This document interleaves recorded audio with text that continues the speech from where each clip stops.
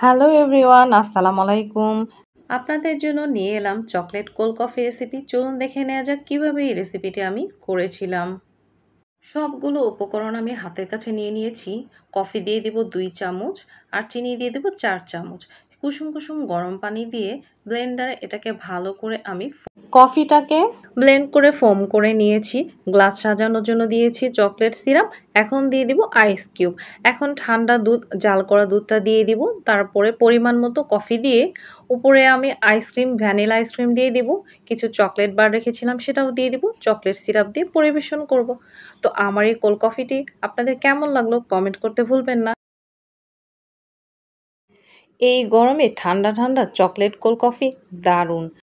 আমার ভিডিওগুলো যদি আপনাদের ভালো লেগে থাকে আমার চ্যানেলে একটি লাইক দিবেন এবং চ্যানেলটি সাবস্ক্রাইব করতে ভুলবেন না। নেক্সট ভিডিও নিয়ে আবার দেখা হবে। সবাই ভালো থাকবেন, চ্যানেলটির সাথেই থাকবেন। নতুন নতুন ভিডিও পেতে চ্যানেলটি ভিজিট করতে ভুলবেন না।